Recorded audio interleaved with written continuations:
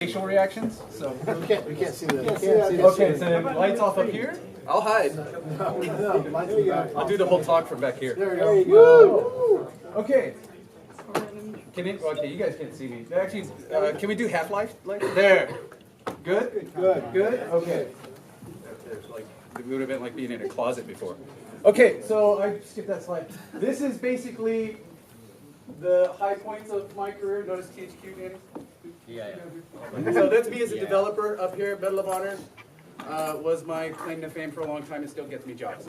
Homefront, Space Marine, and Saints Row were the big titles we did at THQ, but I've got publisher experience, I've got developer experience, I always stay up on my engines, I still work in Unity, I still sometimes work in Unreal, because execution is king. So I've got 20 backburner ideas that I've wanted to do over the years that I can just rattle off and pitch to you. But the thing is that's kept them from getting made is execution, right? I'm always looking for the right team. I'm looking for the right combination. I'm looking for funding. I'm always scrounging. Anyway, so that's a little bit about my background. I've got 20 plus years in the industry. You guys should count yourselves as super lucky to actually have a class where you can learn this and actually have people with experience to teach you, because I didn't have that, right? I had to drop out of UCLA working at a console game shop to go get a test job at Blizzard and then learn on the fly. So everything that I've learned is self-taught. Everything that I will say to you today that sounds like gospel, I had to teach myself or get from somebody else just by asking questions and being inquisitive. So you're lucky here. Get to know everybody that you're with. These relationships will last you a lifetime, but also take advantage of the experience in this front row. It's hugely advantageous for you. I wish I had that leg up. It would have saved you 10 years. Okay. Oh, wait. Can you hit that next slide? Thanks. I forgot about that. Okay, so today, since I know you guys have October 18th coming up, we're going to talk about alignment and adjustment of your vision, and also ship it, right? So one of the things that I did, and particularly how Danny and I got to work together again, was I became a firefighter for a little bit. When a project was in trouble, Danny deployed me, right? And part of that challenge was to drop into a team that's been scrambling for 3 years with what they thought was a pretty clear vision and no software, right? Some decent narrative, maybe kind of a general idea where they were going, but not a playable build, right? And and then I'm thinking about Homefront in particular. We had less than a year to ship it, right? And with less than a year to ship it, and not a whole lot of software, you got to scramble, right? And you have to be efficient, and you have to make sure that the clarity of the vision runs through the whole product, not just I'm going to stand up here and tell you how it should be and hope that it ends up on the other side, because the number one thing, and this is one thing I want to get to you guys, like the marks that I look for in good game designers, there's 3 things. Their ability to communicate, both written, verbal, and visually. Their empathy, right? And this is actually, I should have said this one first. Number 1, their empathy for the player. Because you're not making games for yourself when you get out into the commercial world. You're making games for somebody else. And you have to be able to envision who that audience is and what communication you're giving to them from 3,000 miles away, because you're not in the room to explain it to them, right? So the clarity of your vision has to come through the whole product. Okay, so that empathy, I'm going to give you like an example you can all jump in on. I don't have to be in a wheelchair to design a bitchin' wheelchair ramp, right? I just have to have empathy for the user of that ramp. So the pinnacle of capital D design is the farther away you can get from yourself and designing things for somebody else. And to be able to remove yourself from the equation, take your ego out of it, and your dreams of big money and being on stage, right? It's basically, how can I attach this other person to emotionally have a moment with my game? I used to call it 3 oh shit moments per level, right? I want 3 oh shit moments per level. If I can get somebody to do that, I know I've got a 90 rated product, right? It's the effect from the audience that you want to get, not where your ego is at. In fact, it's one of those things that I used to always tell designers that work for me. If you feel clever, you're probably fucking the player. And they're laughing because they know it's true. Okay, so product pillars. The whole purpose of your product pillars is so that we don't get into a subjective disagreement on my opinion versus your opinion. Right? This is a verbal and written contract between you and your team. you're setting an objective, not subjective, set of criteria, right, that are a measure of success. The clarity of those pillars coming through everything in the product can be argued about. My opinion versus your opinion, I like this, you don't like that. That gets us nowhere. We're going to spin, right? Use them for decision making. When you're having a problem, when you're having a conflict with someone on your team, turn to the pillars because you need to go to an objective place. If you don't enter an objective space to actually have the conversation and put the player at the center of that conversation, right, then well, you'll just spin. And it should be infused throughout the whole product, right? Like getting into arguments individually with people about vision is not the place you want to be.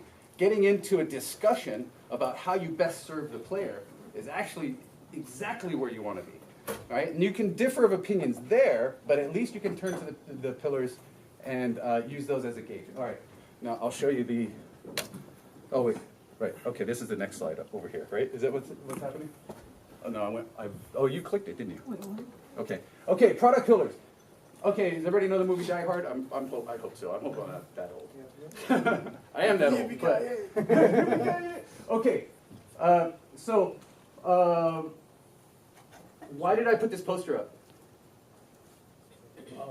Is it kind of in reference to the fact that for a lot of time after that, people would be like, it's like Die Hard, but in an airplane, or like that sort of thing? Kinda, but the reason that works is because Die Hard, all the pillars are here in this picture. They're right here. Every pillar of the product is right here, right? The whole movie is in one picture, right? And if they know the pillars that strongly, you can strive for this. This is your box cover, right? Like we don't have box covers anymore because everything's digital and it's not things aren't productized like that. But if your vision is clear, you should be able to produce 4 or 5 of these and have a discussion about which one best represents your pillars, not the ones that you like. Okay, so that's what. Well, we can. I've done actually like a whole hour on this poster, but we'll keep going. Okay, so I'm going to show you an example. This is my throwaway one. Starship Camelot. Quest for the Holy Grail in space. Aliens reclaim the Holy Grail. Arthur goes after it. Basically, he says, Merlin, I'm petulant.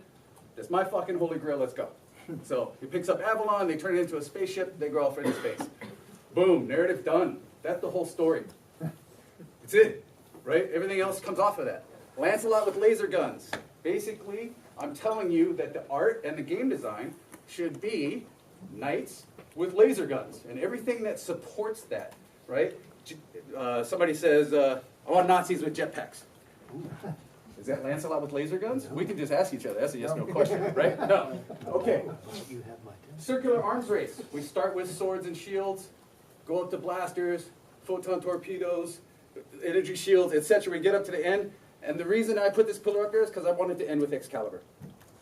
Right? So Excalibur has to be relevant at the end of the game, which means that the arms race that the player goes through has to be circular at some point. So more rock, paper, scissors than nuclear war. Okay, technology is magic. Basically, I'm saying to the team, I don't care, it's all magic. Right?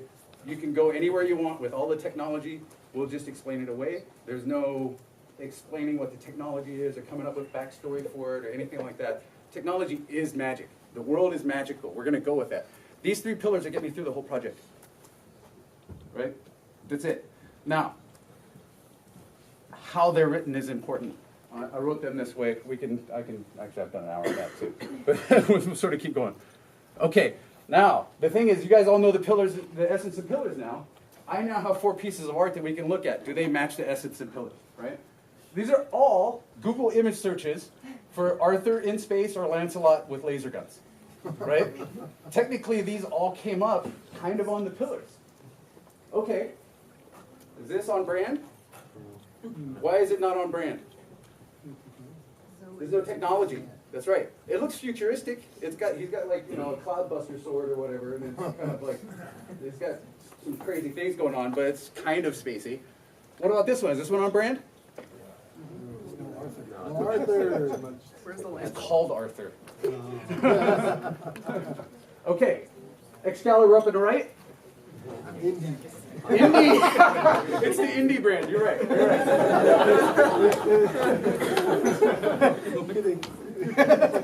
All right, what about the top left? Yeah, It's the closest one, right? Not only is it the most visually appealing, but it's the one, it implies space with the use of the color palette. There you can see some stars in the background. Arthur looks, you know, tough, mean, sexy, shiny, all of that good stuff. He's got kind of a Blizzard look, a little bit with the oversized pauldron. You can see that he's got the grail in there. Well, I really got lucky with this Google search. Anyway, it's the closest thing on brand. So if I did like a sizzle sheet or like an inspiration board, that would probably be at the top. And I would start to pull other references and start to have this conversation with the art director. Because we would, in building that board, go through the pillars. Does this say all of our pillars? Does this say all of our pillars? If it only says 1 of 3, fail. If it says 2 of 3, maybe. 3 of 3 pillars plus the essence of the game, or the X statement, winner, right? So we can go through, yeah. But there's no technology in it. I'll draw a laser gun on there later. The cube, right? You gotta Oh test yeah, it. we got this like magic cube, right? Ragnarok. Technology is magic. Ragnarok. It's Ragnarok. It's the Tesseract. All right, we'll go for there. You're right, but that's actually that's our first interaction. Like maybe this isn't the right picture, right? Like, and this is the best I could do with a Google image search. But this brings us to, let's put it on a sizzle board. Let's start to have this discussion. With that as a starting point, what's the gap to get it to be on pillar? Right? It's the closest one. Do we just need to replace the sword with a laser gun? Do we give him a Space Marine helmet? You know, do we make him green? Who knows? Okay. I want to talk about gameplay a little bit, because gameplay is one of those things that's very hard to teach in some ways, and it's very hard to quantify and stay on pillar. So I just want to deconstruct it a little bit and give you a little bit of the idea of how I think of gameplay. Okay, player experience. By the way, this is the favorite game I've ever designed. And this is actually, Danny, we met on this project, right? On Frontline? Yeah. Yes. Yeah. We argued about putting D-Day at the front. And Yes. Danny won, and he was right. So, the whole of the player experience in games is a combination of narrative and gameplay.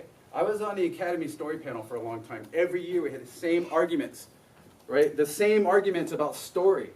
And lots of people mistake narrative for story. The story is the whole, right? You need to think of your project as the first time you go look at it and you pick it up. I'm starting to enter the experience, right? It's like the front of Pirates of the Caribbean at Disneyland. That whole experience of walking through that line is prepping you for being in a pirate world, right? Everything in your project has to do with the story of the player and the player's story and what's going to happen to them and how they feel about your product. So don't mistake the two. Narrative and story are potentially different conversations, right? So be very clear about that. Now, you need narrative for your gameplay. Well, it also depends on the style of game you're making, or how much narrative. But every game needs to have some narrative and some gameplay, some context. Okay, so I put these on a scale. Can people tell me why they're organized this way? Anybody? Anybody? Go. Story to gameplay. Narrative. Or narrative, sorry. Narrative to Narrative gameplay. Has anybody actually ever played Night Trap? Okay. Wow. More than I thought. I actually sold this game in a console shop before I got into the game industry. Actually, I didn't sell it because I recommended people away from it.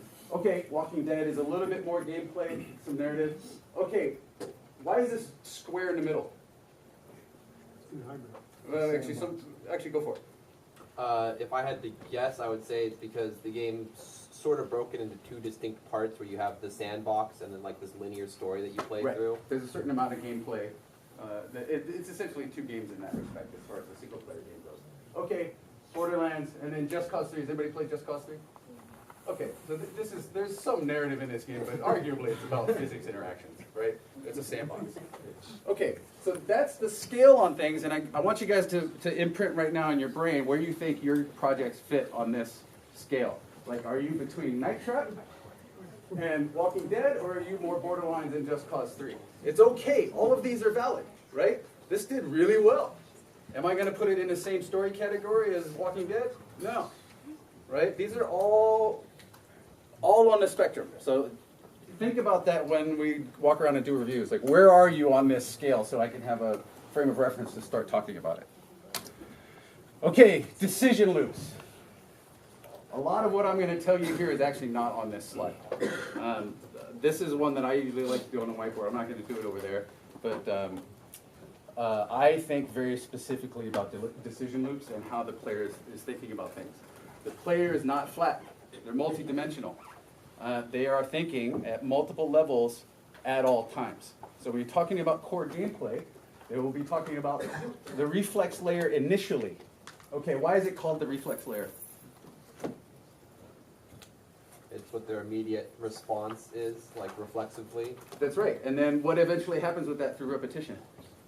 becomes a habit. Becomes a habit or muscle memory, right? You stop thinking about it. It's happening autonomously. It's a lot of the things that people forget when they're evaluating games, is that this core layer has to be well thought out, even if people forget it. Okay, the next level up in thinking is tactical. These all match to time loops, by the way.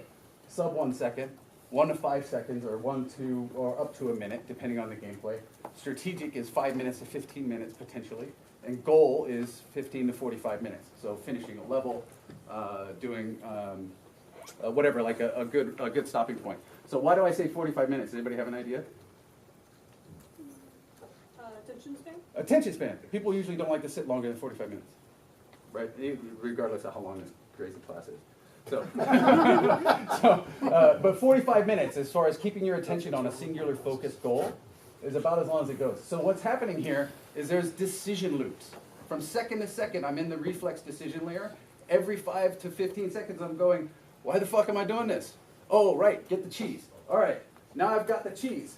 Oh, I have to get 10 cheeses? Why do I need 10 cheeses? Oh, I need 10 cheeses to put them in. Like, do you see how these decisions start to stack? This is like, I need to get out of the castle and get to the sword and the stone, right? Tactical, there's 2 guards there. How do I get past the guards? Okay, now I've got the sword and the stone. What do I do from there? Oh, let's go into space because Merlin's ready with the spaceship, right? Boom. That's how those layers work, is they build on each other. But reflex has to be there. It has to be solid. It has to be so intuitive that people forget about it, right? Okay, there's a couple other layers here that you could do. Games in the 80s, 90s, aughts, and 2010s, right? Is that basically, as games have progressed, these layers have been added on, which means that we've got social, super social, and these economy layers that are now on there. And I don't have a good structure to tack those on, except that they're layered on, depending on your game. What's another one? So the reflex layer, the game that I use for that example, like the perfect game, and it actually rolls into these other ones, Pac-Man. It's literally the 4 F's of survival. Fight, flight, feed, and fornicate. Right? So those are the 4 base desires that you'll get in a psychology class. Right? That's your id. That's your lizard brain. But how do we then get to tactical decisions? When to eat the power pellet? Make sure you get 1,600 points for eating 4 ghosts. What about the strategic? Clear the board. How many boards do I want to clear? And then your final goal is using all 3 lives, or etc. Like those things build up. These social bits come in the leaderboard. Super social is, hey, bring my friends around the machine, right? And economy is how many lives per, or opportunities actually do I get. Okay, does that all make sense for everybody? Okay, because I'm going to talk in these loops the rest of the day. Like, because I'm going to compare the gap between what you have in your games versus does it fit these loops? Do you have some representation of each of these loops? I can almost guarantee the easiest one for most people to get is reflex and goal. And they have a hard time connecting the other 2, right? Putting intermediate goals in between that make sense in the loops. That's what I'll probably be grilling everybody on today. That, and how does that tactical decision fit the pillars, right? If I'm in a World War II shooter game and my tactical goal has something to do with stealing a truck, then I have to tie that stealing of a truck to some sort of strategic mission or strategic goal, etc. Right? So these things have to chain. You can go pretty wild as long as you connect them. 12 minutes. Okay, we're almost done. Okay, this is where everybody takes their designer hat off and puts their production hat on a little bit, because October 18th is real. Okay, in my head, I had a screenwriter, I have another screenwriter friend besides Danny. His wife asked me the first time I met her, she said, well, what do you do? I understand what my husband does. And I said, your husband turns words into feelings. I turn numbers into feelings. And I'll qualify that with everybody like individually. But that's basically what it comes down to. First third of the project, middle third of the project, last third of the project. Hey, what's up, dude? What's going on? THQ only. Yeah, that's right. So this is the hardest part of the project for creatives, but it's the most important part of the project.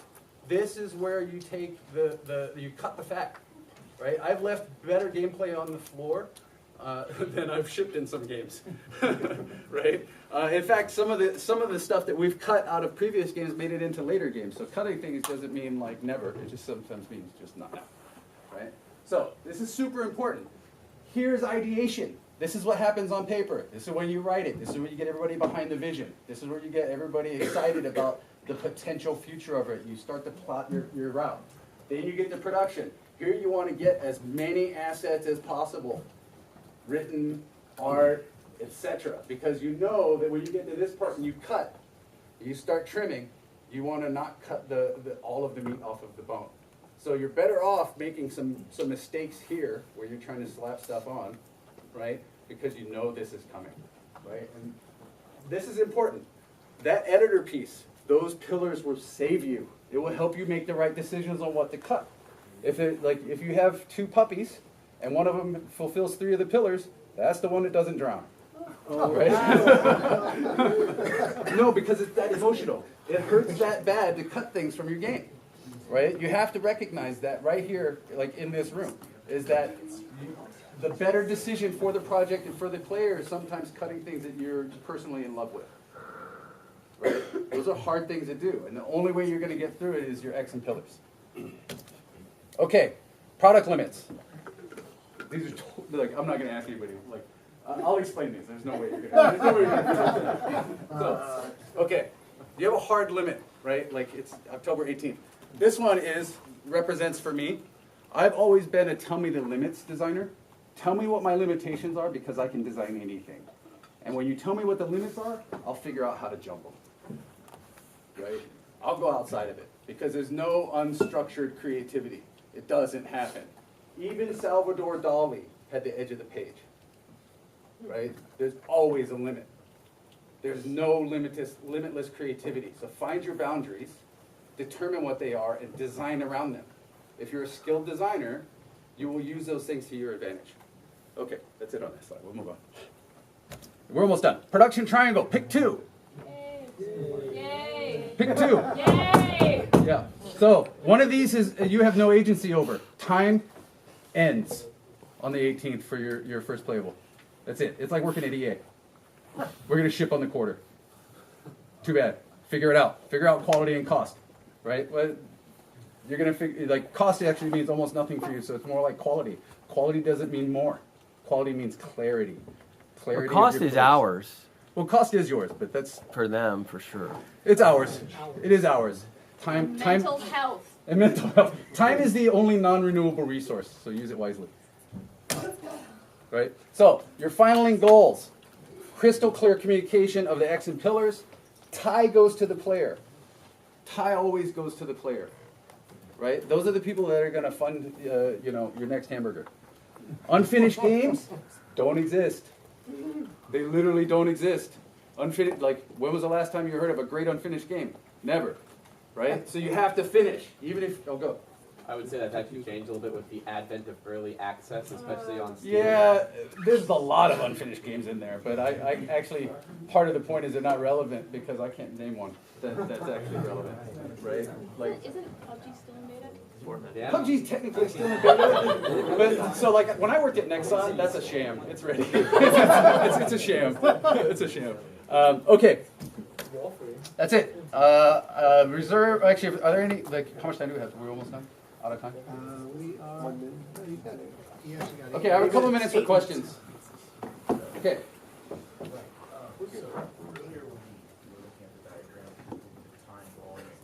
Yeah.